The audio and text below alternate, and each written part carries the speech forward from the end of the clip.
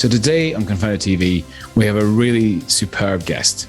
A man who put his business to one side, used the software he's developed over many years to build a platform to help displaced Ukrainians get back to work, whether they're displaced internally in Ukraine or externally across the world. From a standing start, he has over 2,000 jobs available and over 100 countries, and it's compounding almost every week. So I'd like to introduce Iman, and he will tell you all about the story in his own words. So welcome to Confounded TV. Thanks very much for having me. It's an absolute pleasure. I think we came across each other on LinkedIn. That's right. I think mutual connection, maybe. Yeah, and started from there. So I think it's a really important topic. You're doing a really great thing. I think we should just jump in with, what it is you're actually doing. Sure. So I guess I'm here mainly to talk about employyukraine.org, which is a project that we set up about a month ago now in response to the crisis in Ukraine.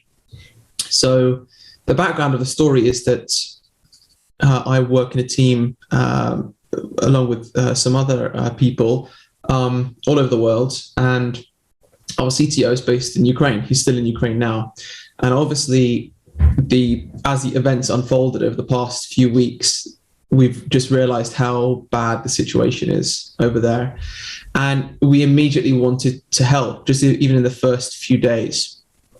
And we don't have a huge amount of resources, but we do have our technology. So we sell a job matching solution called TalentPools.io, and it just takes candidates and it matches them with job posts and take care of a lot of the back office work. Okay.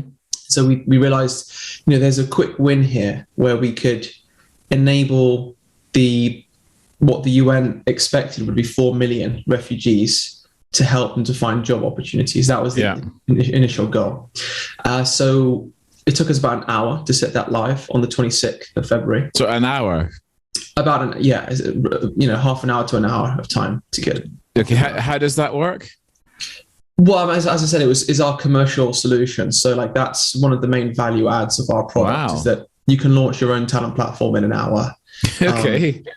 Which is, it just means for a lot of companies who use our service, it just saves them a lot of time and energy getting to market. Yeah, we should come back to that. Yeah, definitely. Happy to. And after we launched that, we put it out to a few people in the tech space, and there was just an amazing positive response. Here's an opportunity to use technology in business for good and support people who are in need. And it kind of grew organically from there. So in the last month, we have had about 100,000 visits to the platform, 10,000 users register. Wow. From 100 different countries now. 100 now?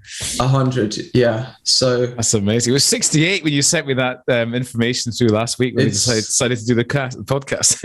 Yeah, it's grown. So, I think it's very much a global response of businesses and civil society working together, trying to cut out a lot of the bureaucracy in actually changing somebody's life. And it's very inspiring just listening to the stories of the people who are just on the platform. I mean, we do the easy bit, which is to provide the technology. Yeah. Just imagine that, your hometown is being bombed. There's planes flying overhead, people in the streets fighting, and you've just got to decide, what am I going to do with my life? I've got to get up. I've got to go. I've got to get my family safe. You're traveling for 20 hours to get to the border. That's just to get to Poland. Yeah. And then you've got another 15 hours waiting at the border, and then you make it through. You've got to figure out where to stay, and once you've got yourself sorted, you've gone through your savings. Now the first thing is, how do I get a job? So that's where we come in, and we just match up someone's CV with job openings and invite them to apply, and we make it a streamlined process for them to search for the right thing and then apply pretty simply. And then once they find a job, on the other side, you've got employers, obviously, who want to do good. They've got a vacancy and they think, well, this is either a remote role or, we can help with relocation costs to get them over to wherever we are. I mean, we've got companies in the UK, in Germany, in Portugal, and even, in America, in Canada, all over the world now. Brazil, Brazil Chamber of Commerce gets in touch and says, how can we help? So I think there's a lot of goodwill out there from the business community, and we're just trying to kind of sit in the middle to funnel that in an effective way. But yeah, as I say, it's very inspiring listening to the stories of some of the people who join the platform. So it's absolutely horrifying. The idea of, leave your house, 24 hours later, you're at a border. Imagine, from where I am, it's like with leaving your kids. here. Yeah, and your mother or something, Yeah, all with a plastic bag each, standing at the border of Scotland, asking to be let in, and then where am I going to work and where do I even live? And of course, I guess because I heard that Berlin, Warsaw, there's a running out of accommodation, so it has to go a bit further and wider. But how do they? So first question, I guess, is you mentioned at the beginning it's tech jobs, but it's not just tech jobs now, is it? No, we originally started with the idea of just remote software roles. So we launched a platform originally as Remote Ukraine. Yeah, which makes sense. And a month in, we realized that actually 45% of the roles were remote, but the other 55%, so roughly half, are in person. Wow. So we recently then changed to Employ Ukraine just to help people avoid that. Just employukraine.org. employukraine.org. Yeah. So it's remote roles and in-person roles. So basically, if you're an employer, you've got a role anywhere in the world, you can post it and it's relevant. Wow. And there are 30 different job categories, from metal work to hospitality to nursing to obviously software, marketing, design, etc. All the tech stuff, but it's not just tech stuff. So we don't have any strategy other than to help the next person find a job. And if that means we create a very unique category where one person gets matched on, we've got orchestra conductors contacting us. So, I mean, it's very difficult to put that into a traditional job categorization. That is amazing, isn't it? So basically an employer goes there, signs up, posts what the job is, says whether it's remote or in person. Just talk me through, if it's in person, and I'm on the border with Poland and the in-person jobs in France, is there any help for my paperwork because there's bound to be paperwork involved in all of this somewhere? Right. So you've got three main issues there: transportation, visas, and accommodation. Yeah. And generally speaking, so many countries have got their own kind of accommodation setups already sorted, whether it's public housing or they have partnerships with Airbnb, or they've got, they're reaching out, like the UK, to their citizens to say, hey, who can help here? Which is what Poland has done. I think almost everyone in Poland has been housed in private homes rather than setting them up in football stadiums and things. So that's accommodation. Then in terms of transportation, that's where there's a little bit of a difficulty there isn't, as far as I understand, there isn't a clear path through from a country A to country B. People are just kind of figuring out by themselves. And then there's a visa question. And in terms of visas in the EU, it's much easier, because if you are a refugee from Ukraine, you pretty much get an instant 3-year working visa. Okay. So you do have to go through there are some countries who've implemented it in different ways, but for most people, you have that stamp on your passport at the border, and that's it. That's basically your visa. In the UK, you have to go through Homes for Ukraine scheme, where you need a named sponsor. The sponsor can either be an individual or an organization, but the key thing is accommodation rather than work. Yeah, and then that comes with a work authorization. And there is a really useful website a friend of mine's used actually to find somebody, because they're hosting somebody called icanhelp.host. Mm-hmm. So obviously the issue in the UK is everyone registers to say, I'll host. But you then have to find a named person to actually host, which makes it really hard. So icanhelp.host, just a little plug there. That can help. That can help as part of that process. Yeah, there's 2 or 3 of them. We've got some resources on our platform as well, employukraine.org/help. Okay. And it goes through, we focus on the UK, but there are a few different resources there, including the government's official documentation. So visas is okay. And what we're seeing from employers is that of the, let's say, half the jobs that are in person, again, half of those, 45% of those, are offering relocation costs to cover that as well. So businesses aren't just saying, look, we want to help. They're not just saying we're going to help and give you a job. We're saying, look, we're going to cover your costs to come here as well. That is amazing. Yeah, so that's great too. I think businesses are really responding positively. So there's basically, I mean, well, I don't know how accurate the stats are anymore because they're a week old, but there was like 1,400 jobs on there. Is that the case still? Yeah, I think that's doubled now. Okay, so you've effectively got 750 jobs in person where the employer is willing to help with the relocation costs. Oh, yes. That is phenomenal. Like that is amazing. I think it's and this is just very much the beginning. So if you think there's 10 million displaced people, so we're not just working with refugees, we're also of course the men are still in Ukraine, fighting for their country, and they still need to fund their life. They need to pay for their food and their families and everything. So we are equally keen to support them to keep work. So if we can help existing Ukrainian businesses to keep going, they can register also on the platform and find work, or particularly remote jobs, obviously. And otherwise, they can also use the platform to find resources themselves, if they like. Yes. And then you've got, so most of the people that we're working with are, originally they were women, often with kids. So these are the typical refugee kind of demographic.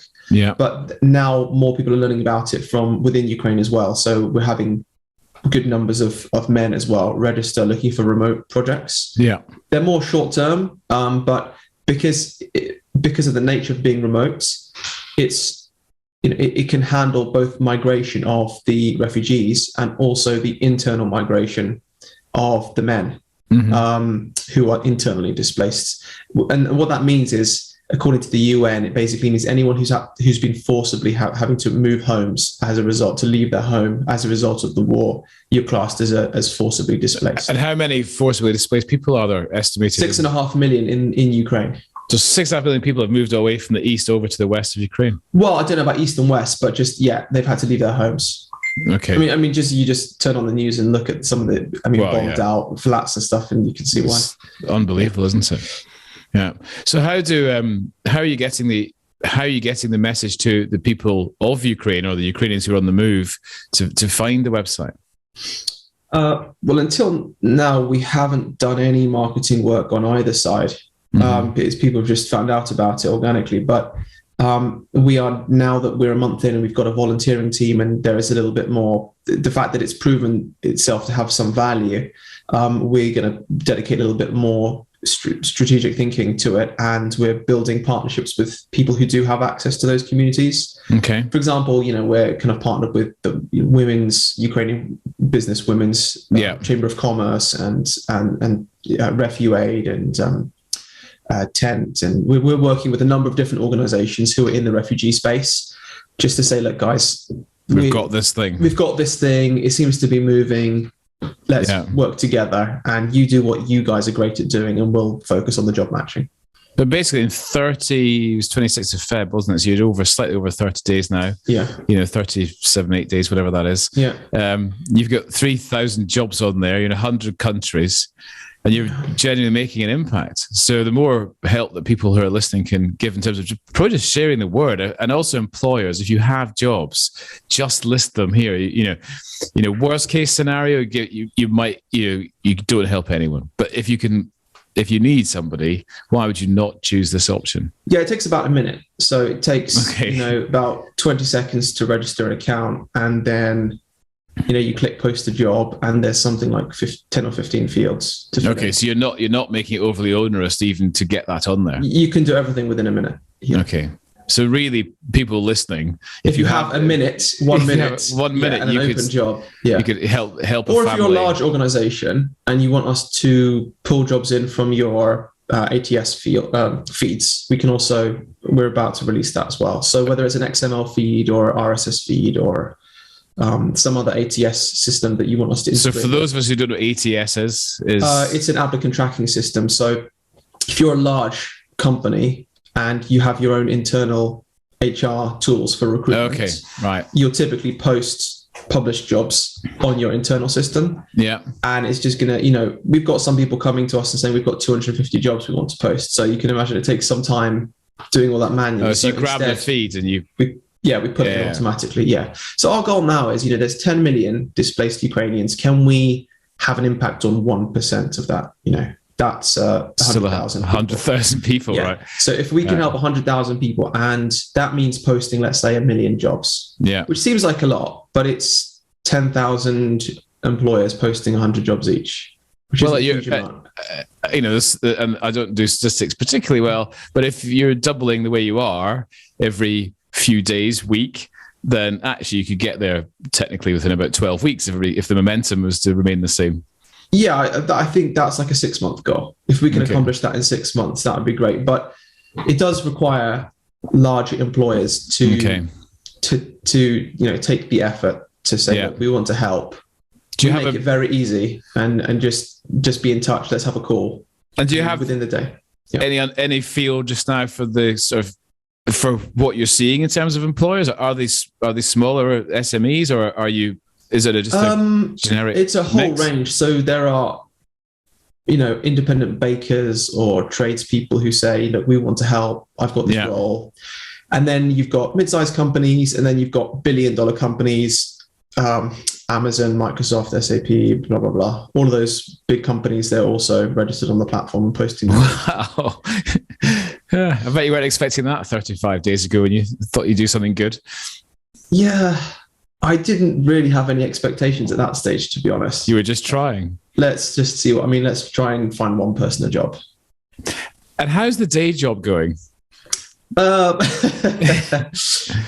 taken a little bit of, luckily, I have a team of people who are able to have, they're responsible for that. Having said that, they have started to spend quite a bit of time on this project as well. So it has taken a little bit of a hit. So I've had to, it's cost quite a bit of money just in terms of internal resources, dedicating those resources to this project. But at the same time, some people have contacted us and said, tell us about your organization. How did it get started? And when they hear that it's come from, the value of our corporate business in setting up this solution, they're intrigued about it. So nothing has come out of it yet, but there may be some indirect business, opportunity later on down the line that hopefully will cover some of these costs. At the moment, I'm hoping that some people, if they're interested, will donate, because I've just been funding it myself for now. And your clients are, presumably you're having to manage your current clients and their requirements. And we've been very lucky, actually. This month has been relatively quiet, but there have been a couple of clients who we've had to rely on their patience and their humanitarian motivations just for some delays in the last few weeks. But that we're over that now. So we're all caught up. And I think it's just, you've got some decisions to make in life as to what do you want to prioritize for the next month? And, that's just a decision that we make. And taking a month out to do some good, or even longer, especially in this situation where people are in horrific conditions, is a good thing and very noble. And it's, I think what you're doing is just fabulous. I think you should have a bit of a plug for your business, though, because you are effectively doing this. And we haven't discussed your current business. So you've got effectively the ability for me, for example, to do let's just say, I have a huge podcast community, so I could do podcast jobs, and I could be up and running in an hour with podcast jobs. And if I get this right, I can push out to my community, and effectively I can create a niche talent pool. That's right. Yeah. So anyone who was a podcast service provider would be able to create their own profile on the platform. And typically we work with organizations who they're already working with a community of professionals, but they're just doing all of their business offline. Okay. And we just make it very easy for them to bring their business online. Any niche, any sector, anywhere. We have lawyer platforms, architect platforms, engineering platforms. There was even an Australian Aboriginal head of tribes people providing their indigenous services. Wow. in Australia. There's business networks, mentoring programs. Mostly there is a focus on professional services, but we've also got wellness, like yoga products, etc. Okay. So yeah, you can enable anybody to create their own profile and start selling their services online. Yeah. And on the other hand, you can enable any customer, whether it's an employer or just a B2C play where you have consumers buying these yoga services. Yeah. They register, post their requirement, or just buy a productized service like a Fiverr style product off the platform, and it's just like an e-commerce transaction. In either case, it connects the two parties. It takes care of payments in like 60 different countries. So it can go from any country in the world to anything supported by Stripe, which is about 55 countries or so. Pretty big. And yeah, there's like 200 different features, different types of user flows. Do you want to use video, face-to-face video calls? Do you want to do invoicing internally, externally? Do you want to hook up this system? Do you want to use... Right, yeah, so there's lots of different options. But yeah, effectively, it's an end-to-end kind of online service contracting platform. That's making it sound very simple. I'd imagine there was quite a lot of heartache to get there. Well, it took us a couple of years to get to this point, but there's a lot of blood, tears and sweat have gone into it. Yeah, I think that's it's an amazing, and also I think despite all the horror, it's quite amazing that you've effectively gone, well, we actually have a platform that's this adaptable that you've actually managed to go in an hour, up and running. Here we go. We're going to run a solution, and you could not have predicted the scale at which you're now at. But it does show that your platform is scalable, robust, works, quick to do. So there is a benefit there, I guess. Yeah. I mean, for sure, we'll be using this as a case study of what an organization can accomplish in a month. Mm-hmm. If they, and I think we had about the equivalent of 2 people working full time for a month. Okay. And what if people are listening and they want to help? What kind of help are you kind of looking for? You said earlier donations. Well, the key thing to do first is if you have a job role, just to post that. Mm-hmm. So employukraine.org, or just Google it, Employ Ukraine, and then you'll be able to go register and post your job. Beyond that, if you're a particular tech company or any kind of organization that has expertise, whether it's PR or social media or anything else that you've got a little bit of time to spare, we'd value in-kind support by providing your expertise to the organization. So outreach, so actually people who are good at outreach and have an audience, perhaps. It may not just be outreach. It could be a law firm who says, "Look, I'm going to look over your contract or your terms and conditions for 2 hours." I mean, that's the real value, is in people actually volunteering their time, their expertise to the projects. It could be any field. As an organization, we're kind of touching a number of different touch points. We've got volunteers, so there's HR to consider. And so you want to sort of catch up with the professionalization and organization of the back end processes, basically, and the people. Yeah, anyone who has a skill and they're willing to offer it, I'm interested in having a chat with them. That's nice and broad. Yeah, it's very broad. Yeah. But we have some like a volunteering kind of process. So whatever the offer is, we've got a way to streamline that. And then finally, if you obviously promote it to your network. So if you just want to share it on LinkedIn or something, that's great.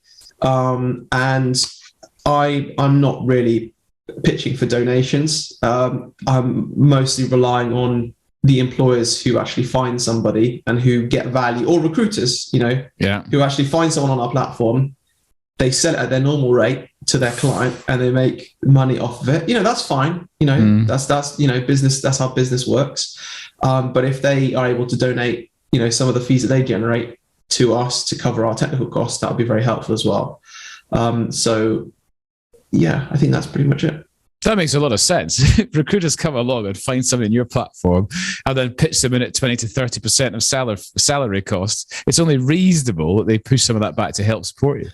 Well, if they can, they've got their own costs to cover their time and other things as well. But yeah, we definitely appreciate any donations. Okay, so it's not really, it's time and expertise first, then it's outreach, and then it's if somebody wants to, because they've got benefits, some donations would help, but it's not. Yeah, we don't have like an official donation campaign. Yeah, but if somebody feels the urge and they say, look, here's a little bit of money, and I know it's going to help you, just get in touch. Yeah. Okay. Right. Well, I'll put all that in the show notes. I've already put you in touch with somebody who should be helping us with some PR soon, so that's good. Thanks very much. Yeah. And then that might even, and then she knows a lot of people, so I'll talk about her in the show notes once we've got this sorted. And if anyone is listening who can spare even just an hour to look over some HR docs or whatever it is, then they can get in touch with you. What's the best way to get in touch with you? Just if you head over to employukraine.org, click on any of the contact us buttons, and that's our email address. It's just team@employukraine.org. Perfect. Well, it's very impressive what you've done. I'm so glad you've done it, and it's inspiring to meet you making such a difference so fast. I know there are so many people trying to do their best, and you've actually gone and done something concrete. It's super impressive. So thank you for coming on and sharing that story. And I hope in my little way, this might get you a bit of reach to some people who can help. Yeah, thanks very much for your time as well, Alistair, and look forward to hearing back from anybody who's interested. Thank you very much. Likewise.